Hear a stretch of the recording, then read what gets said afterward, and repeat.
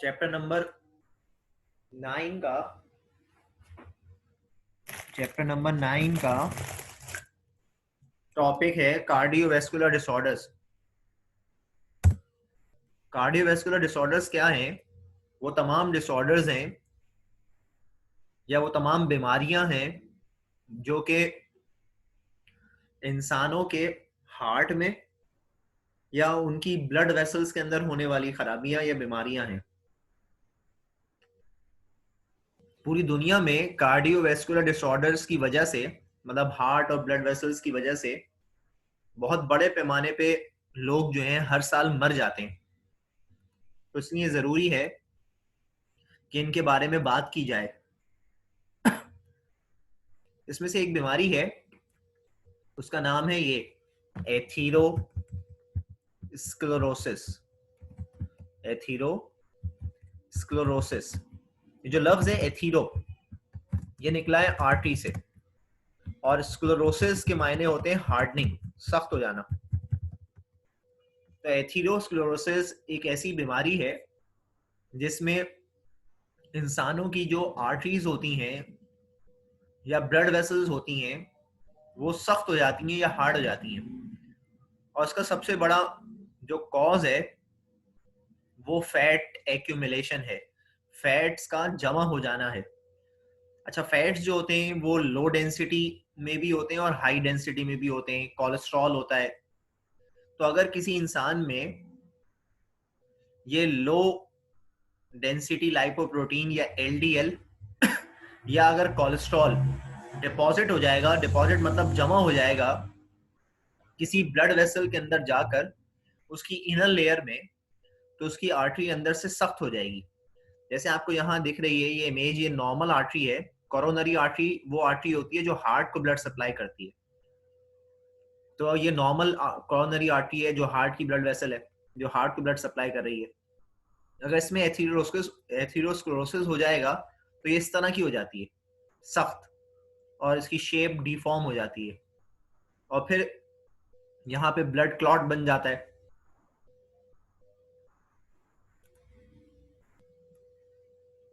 Accumulation जो है या जमा जो हो जाना है फैट्स का, ये ग्रेजुअल मतलब वक्त के साथ साथ क्या करता है, ये आर्टरी के डायमीटर को नैरो कर देता है, छोटा कर देता है, उसके ल्यूमेन को छोटा कर देता है ब्लड वेसल्स के, जिसकी वजह से जब ब्लड वेसल्स का ल्यूमेन ल्यूमेन मतलब इनर डायमीटर, अंदर की चौड़ाई कम हो जाएगी तो कम ब्लड जाएगा, तो हार्ट में कम ब्लड जाने लगता है, या किसी भी ऑर्गन की जहां पर भी जिस भी ब्लड वेसल की अंदर एथीरोस्क्लेरोसिस होगा उसका डायमीटर नैरो हो जाएगा, तो उसमें ब्लड कम जाएगा, फिर वो अपने रिस्पेक्टिव ऑर्गन को कम ब्लड सप्लाई कर पाएगा, अपने टारगेट ऑर्गन को कम ब्लड पहुंचा पाएगा, जिसकी वजह से हार्ट अटैक भी हो जाता है।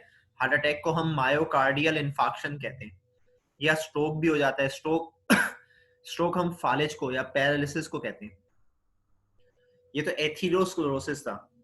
आर्टीरियोस्क्लेरोसिस जो है वो आर्टरीज के अंदर होता है। वैसे कॉमनली आर्टरीज की जो हार्डनिंग है, उनकी जो इलास्टिसिटी खत्म हो जाना है, उसको आर्टीरियोस्क्लेरोसिस कहते हैं। वो पैथोलॉजिकल प्रोसेस की वजह से भी होता है, मतलब एथीरोस्क्लेरोसिस की वजह से भी आर्टरीज की हार्डनिंग हो जाती है, या एजिंग की वजह से भी होती है। एजिंग कहते हैं बुढ़ापे को। जिस जिस तरह इंसान की उम्र बढ़ती जाती है, वो बूढ़ा होता जाता है, तो उसकी आर्टरीज की इलास्टिसिटी कम होती जाती है, और इलास्टिसिटी के कम होने की वजह से हाई ब्लड प्रेशर रहने लगता है, जिसकी वजह से कोई भी आर्टरी किसी भी वक्त फट सकती है। आर्टरीज के फट जाने को या किसी वेसल के फट जाने को हेमरेज कहते हैं। अच्छा, मायोकार्डियल इन्फार्क्शन या हार्ट अटैक जो है उसके कॉजेज क्या हैं? कॉजेज जो है मायोकार्डियल इन्फार्क्शन के, उनको हम डिवाइड कर सकते हैं नॉन मॉडिफाइबल फैक्टर्स में, जो चेंज नहीं हो सकते उनको कहते हैं नॉन मॉडिफाइबल, या मॉडिफाइबल फैक्टर्स में जो चेंज हो सकते हैं। जो चेंज नहीं हो सकते नॉन मॉडिफाइबल, जो चेंज हो सकते हैं वो मॉडिफाइबल। अब non modifiable factors of modifiable factors कौन कौन से हैं जिनकी वजह से हार्ट अटैक होता है नॉर्मली इंसानों को? नॉन मॉडिफाइबल फैक्टर्स जो हैं, यानी कि जिसको आप चेंज नहीं कर सकते, वो जैसे जेंडर है, सेक्स है। मेल में ज्यादातर होता है हार्ट अटैक। एज, ज्यादातर जिनकी उम्र ज्यादा होती है उनको होता है हार्ट अटैक। इसके अलावा ज्यादातर वो लोग जो जिन लोगों की रंगत थोड़ी काली होती है उन लोगों को ज्यादातर होता है हार्ट अटैक, या जिन लोगों की फैमिली हिस्ट्री हो, मतलब नानी को हुआ, दादा को हुआ, या फुप्पी को हुआ या चाचा को हुआ, ताया को हुआ, मतलब फैमिली बैकग्राउंड में हुआ है पहले किसी को, तो अब चांसेस है कि आने वाली जनरेशन में भी होगा। ये तो नॉन मॉडिफाइबल फैक्टर्स हैं। मॉडिफाइबल फैक्टर्स क्या है जिनको चेंज किया जा सकता है? वो क्या है? जो लोग एक्सरसाइज नहीं करते, सुस्त हैं, काहिल हैं, एक जगह बैठे रहते हैं, खाते रहते हैं, बस कोई काम नहीं करते, फिजिकली इनएक्टिव लोग जो ज्यादातर हैं, उन लोगों को हार्ट अटैक होने के चांसेस हैं। जो लोग स्मोकिंग करते हैं, उन लोगों को ज्यादातर हार्ट अटैक होने के चांसेस हैं। जो लोग टेंशन बहुत ज्यादा लेते हैं, स्ट्रेस बहुत ज्यादा लेते हैं, या ऐसे काम करते हैं जो स्ट्रेसफुल काम है, उन लोगों को हार्ट अटैक के चांसेस ज्यादा हैं। जो लोग अल्कोहल का इंटेक करते हैं ज्यादा, उन लोगों को हार्ट अटैक होने के चांसेस ज्यादा हैं। या जो लोग फैट का इस्तेमाल, तेल का इस्तेमाल अपने खाने में ज्यादा करते हैं, उन लोगों को चांसेस हैं कि ज्यादातर हार्ट अटैक हो जाएगा। अब वेस्कुलर सर्जरीज एक टॉपिक है। वेस्कुलर सर्जरी जो है, ये वेसल्स की सर्जरी को कहते हैं। Vessels, blood vessels, blood vessels यानी कि आर्टरी, वेन और कैपिलरी। ये एक प्रोमिनेंट फील्ड है सर्जरी की, जिसमें हम ब्लड वेसल्स की सर्जरी करते हैं, आर्टरी, वेन या लिम्फेटिक वेसल्स की, ताकि वहां से ब्लड जा सके, वो अपना लिक्विड या जो भी फ्लूइड है उसके अंदर जो फ्लो करता है वो फ्लो कर सके, ताकि ऑर्गन सही तरह काम कर सके।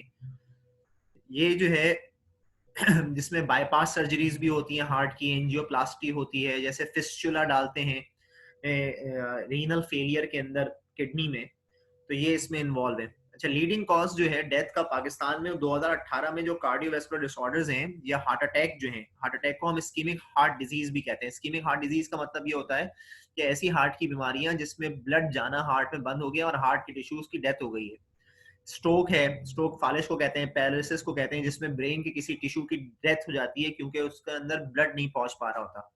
ये मेजर कॉज है। वैसे तो पूरी दुनिया में मेजर कॉज है ये डेथ के, लेकिन पाकिस्तान में भी बहुत बड़ा फैक्टर है। इसमें सबसे बड़ी वजह यह है स्टेशनरी लाइफस्टाइल, मतलब बैठे रहना, काम ना करना, फिजिकली इनएक्टिव रहना, किसी स्पोर्ट्स में हिस्सा ना लेना, या पुअर सोशो इकोनॉमिक स्टेटस। इसका मतलब है गरीब लोग ज्यादा हैं, जिन गुर्बत ज़्यादा है, इलाज करने के लिए पैसे नहीं है, या हेल्दी फूड खाने के लिए पैसे नहीं है। इसके अलावा जो फैसिलिटी है हेल्थ की वो पाकिस्तान में अच्छी नहीं है, या डॉक्टर्स जो हैं वो रूरल एरियाज़ में, जो गांव देहात है वहाँ पे है नहीं। हेल्थ हाइजीन नहीं है सही तरह से, उनको अवेयरनेस नहीं है लोगों को कि वो क्या चीज़ खाएं, क्या चीज़ नहीं खाएं। ये तमाम चीज़ें हैं जिनकी वजह से ये जो है बीमारियां पाकिस्तान में, यानी कार्डियोवैस्कुलर डिसऑर्डर्स जो हैं वो ज़्यादा हो रहे हैं। तो बेटे ये यहाँ तक की बात थी हार्ट और उससे रिलेटेड प्रॉब्लम्स की।